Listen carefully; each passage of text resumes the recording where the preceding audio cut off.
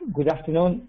My name is Nenad Stojanovic, and I'm here to present the results from developing and using a specific enabler called Dynamic CEP. I'm here with Alexander. You can see him also in the list of attendees, who will help also in explaining, or if there are some kind of technical questions, in going deeper in such a question. So this is the specific enabler developed by MISATEC and FZI. MISATEC is actually in Missouri. FZI is a research institute from Germany. And I will present the basic details and the essence of the usage of this specific enabler. We are open for possible questions after this presentation and also via technical support systems. So if you have any deeper technical question, we can also discuss via other channels. Okay, so next slide is introduction. Dynamic CEP stands for actually new generation of the complex and processing engines. So CEP is complex and processing engine, which will enable more efficient processing of the huge amount of data. So if you're talking about the big data issues, then CEP as it is not anymore the best possible mechanism from the reasons I will try to describe in these couple of slides. And we need an additional mechanism in order to cope with these two issues. One is big data, as I said, and another is Internet of Things, so IoT, which is producing actually a lot of data which are coming with different kinds of dynamics, so that you cannot handle with traditional systems. From the point of view of the FITMAN, Dynamic CEP is on the level of the smart factories. If you are obviously familiar with the structure, digital, and smart factories from the FITMAN. And from the point of view of the future Internet PPP, it is very related to the generic enabler called Esper4FastData, which you are probably more familiar with because it is related to the Esper open source CEP engine, which is very famous and very well used in the community. So as you see, we are extending actually Esper4FastData in order to achieve this goal of having very performing CEP in the big data plus IoT environment. It's delivered as a storm compatible jar. So you will see something about the deployment at the end of the presentation, here just as a pre-announcement. Okay, scope of Dynamic CEP. As already said, the problem with the model manufacturing is that we have plenty of new data which come into the play when we are considering shop floor and when we are considering all these sensors, cyber physical systems, IoT, you can call in the way you want, but it's about huge amount of new data which is very relevant for the process, but is usually not used. So just imagine that now you have the manufacturing facilities which have plenty of sensors, they are sensing a lot of data, and you need to process this data in the real time. Current systems are okay. When you talk about the current real-time systems for handling the events are okay, but not anymore enough. Okay means that you can handle a lot of situations with the traditional CEP, but it is not anymore so challenging, or let's say it's not anymore so demanding for that what manufacturing of the future is bringing. And again, this is these two keywords, big data and IoT, which should be handled somehow. The big issue with the complexity and processing is that it is a real-time technology, so you have to handle your events and the complex situation in the real time. Either you are detecting some very important situation on time, or you cannot be with a higher latency because the situation you would like to detect is not anymore there, or is not anymore solvable in a way you would like to solve. So just imagine scenarios like maintenance, where you have some problems or troubles which can be sensed if you understand the meaning of the sensors, and if you can interpret this meaning in a very short time, then you can discover that some machines or some facilities will be in trouble or are already in the trouble or about to be in the trouble, and complex field processing is about discovering this situation. And now, as I said, the environment has been changed in terms of dynamicity, in terms of how often you have to change also the situation you are considering, because you cannot imagine now anymore that you are developing your real-time reactivity once and then you keep it for ages. So you have to be up to date with your patterns and situations you would like to discover, and this is another problem for traditional engines. And this next slide is actually comparison between that what already exists, is traditional CEP. Then you have a central engine like Esper, like Esper4FastData, which is used to process input stream and to give kind of outcomes. So this is a, once again, very valid view. It's okay to apply also CEP in this way, but the modern manufacturing requires something different. CEP as a network, as you can see on the slide. So instead of having one centralized engine, you need kind of distributed detection or distributed system for detecting, where you have different engines. You can have also different types of engines or different types of the logic engines are running depending on the problems you have. And you also have some subsystems or components which are dealing with the preparation of events, so that the whole thing looks like, as you can see here, complex real-time processing network, which is actually the future, or let's say also not only the future, but also the presence of the complex event processing in manufacturing environment. And Dynamic CEP, or the specific enabler, is actually extending generic enabler in order to accomplish or fulfill these requirements. The structure of this enabler or of this component is organized in a way to support so-called dynamic monitoring.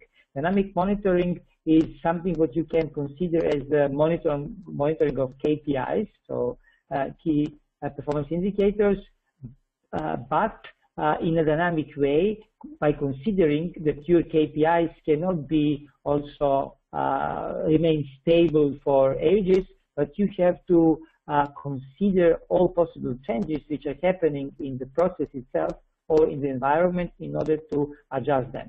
And we are coming to the keyword dynamic, which is also put into the front of CEP, because the situation which are happening nowadays in manufacturing often change, and we need to have also the system for real-time processing, which is satisfying this kind of or this particular requirement. And this is why we need, instead of the one engine, we need the distributed engine or distributed system for detection, since all these changes which are happening can be detected and processed in a much easier way. So Dynamic CEP is, or the main intention of Dynamic CEP is to support dynamic monitoring, as just described.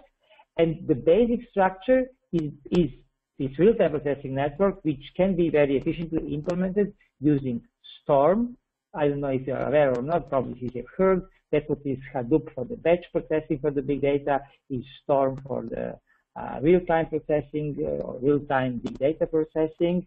Although there are new technologies, but Storm consists of some spokes and bolts which consider or they combine provide a network which is used as a backbone of a dynamic CEP. The goal of dynamic CEP is, I'm just repeating this in a very explicit way, to enable discovering of the complex real-time situation timely, if possible with zero delay, and if possible ahead of time. This ahead of time goes in the direction of the proactivity. We are not claiming that Dynamic CEP is a proactive CEP engine, but it could be used for developing such an engine. And the sub-goals of the components or the module are to enable proper definition of the situation which we like to detect, and to organize the process of the discovery in the data-driven view. So this is another keyword very important for Dynamic CEP, data-driven, because not the situation will be defined and only predefined, but also there is a possibility that you develop your situation of interest in a data-driven, so kind of bottom-up level. For the people who are more familiar with the complexity and processing, it's a well-known problem of the pattern discovery and pattern generation. I will have one slide about this. The main characteristics, or the main characteristics of these components are exactly related to just mentioned patterns. So this component enables dynamic, let's say, definition and deployment of the situation of interest which should be detected. So just imagine that your set of patterns are situation of interest, like if the temperature is increasing and the pressure is decreasing and whatever, then alarming. So this situation can be dynamically defined, which is very important for the given settings. Second is that we are also dealing with the dynamicity in the input data.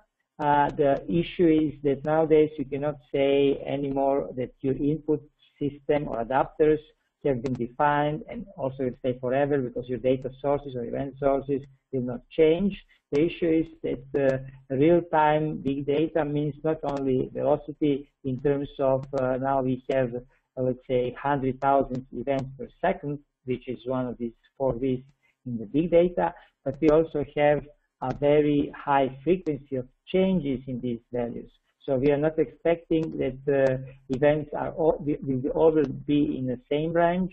We are expecting that the variation in the input streams will be so huge that your processing pipeline cannot handle it very easily. Meaning, for example, that your data will be coming with some kind of noise, which will, from time to time, which will require dynamic introduction of another component which will do this noise reduction.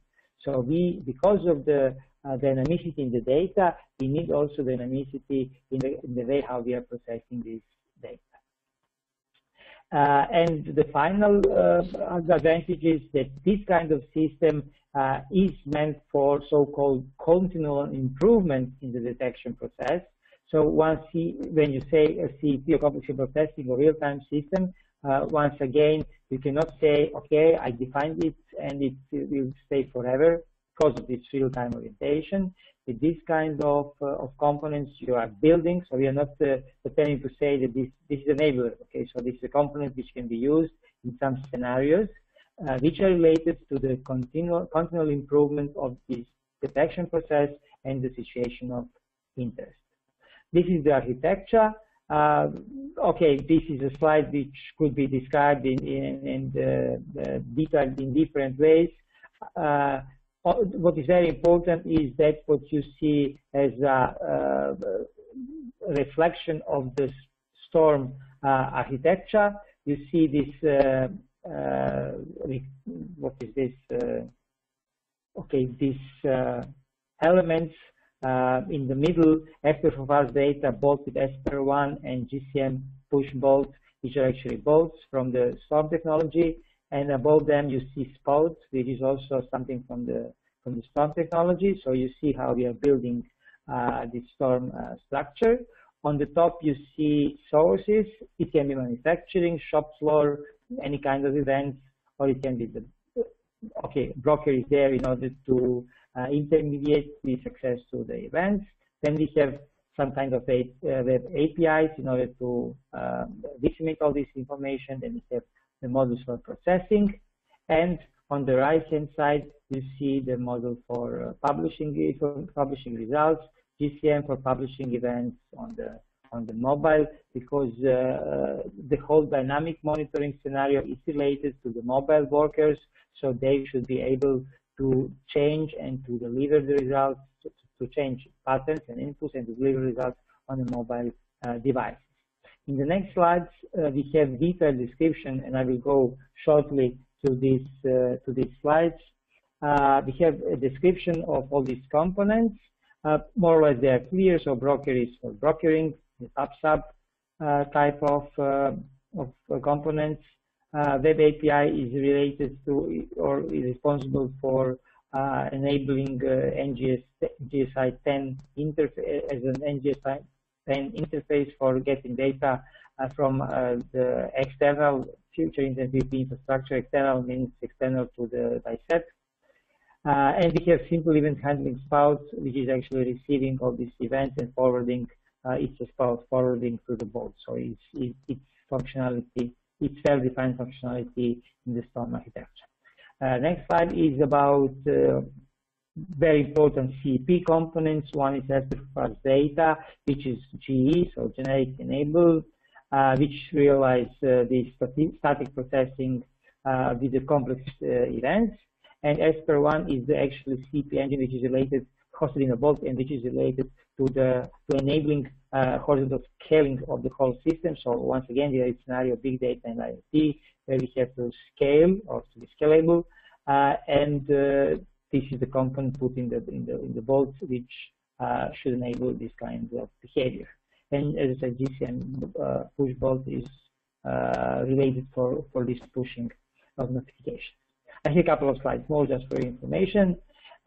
So one of the important issues I already mentioned is our patterns, and currently the patterns, these are this situation of interest. They can be defined in several ways. First, everyone who is aware or familiar with the Esper pattern language, so EPL, the addressing language, could write the patterns on its own. And we have for particular scenarios also, which are related to the mobile usage of the mobile devices, we have also an editor provided by or developed by Nisatec, which enables development of sub-class of the EPL patterns on the mobile device. I'm saying subclass just in order not to in order to avoid misunderstanding that on the mobile we can have a full-fledged Esper editor. No, we have an editor which is covering probably 85% of the functionalities which are related to the usage of the Esper, but in a very nice mobile environment. So this is about patterns, and as I said, the most important issue in developing this kind of system are the patterns. This is just for you an illustration how the input. This is NGSI 10, probably you know from other webinars or other usages of future internet technologies. It's a standard format. I put it because it introduces use case, which I would like to briefly describe in the next on the next slide. So this is what we have developed, or how we have applied the Dynamic CEP. This is component 5 here. This storm topology, this CEP, just in order to explain what is the component. So this cloud, which is not actually cloud in the sense of cloud computing, is storm plus CEP, Dynamic CEP. And the scenario is related to observing workers on a shop floor who are moving their body because of the nature of the work in different directions, and can be moving also in a dangerous way in terms of making some painful moves or whatever. And there is a Kinect as an observation mechanism, which is collecting the data related to the movement of the workers, which are then translated into events, which are processed by our Dynamic CEP engine. And based on some rules defined by safety experts, we are issuing real-time alerts for the workers that his body has been moved in the wrong direction or in a very uncomfortable way for a period of time. So there are some kind of rules which are defined by the engineers for avoiding these kind of situations. Just to give you a flavor of how it can be used. I have 2 slides more. First is about the provisioning. So it's a virtual engine, a VM, as a VM image. You see the details, so it can be deployed in any Linux, Windows, and so on. And you can take it as a source code in the source forge. It's compiled to jar, and just note that Esper4FastData is not included in this distribution. And the last slide is about potential innovations. Probably you've seen already this slide in the previous presentations. It's exactly like in other specific enablers or generic enablers. It is free of usage in the program.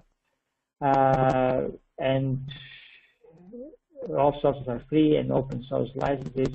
So from the point of view of the commercialization, it is a nice environment, or let's say conditions are okay.